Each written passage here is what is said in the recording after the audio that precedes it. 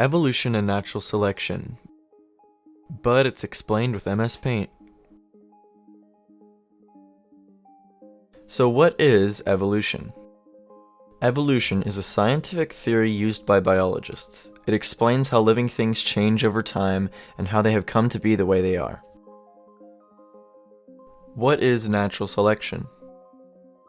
Natural selection is the process where organisms with favorable traits are more likely to reproduce. In doing so, they pass on these traits to the next generation. Over time, this process allows organisms to adapt to their environment.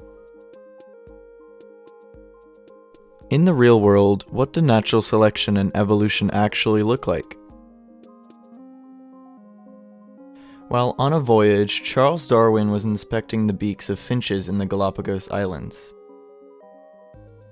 He noticed that these birds, although identical in all other ways to mainland finches, had different beaks. Their beaks had adapted to the type of food they ate in order to better survive in the different environments of the Galapagos Islands.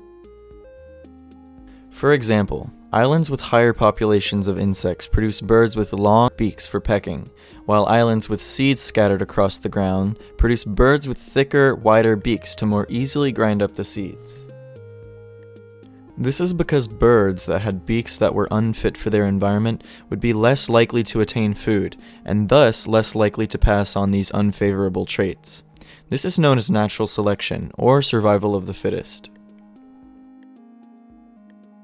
This is also an example of evolution because it shows that over time, the birds had been modified from their mainland counterpart to better fit the environment of the Galapagos. One important detail to remember about evolution is that it happens to populations, not to individuals. The finches don't instantly change from one species to the next. It's a gradual process which happens over long amounts of time, over many generations. I'm Carter, and that was my concise summary of evolution and natural selection.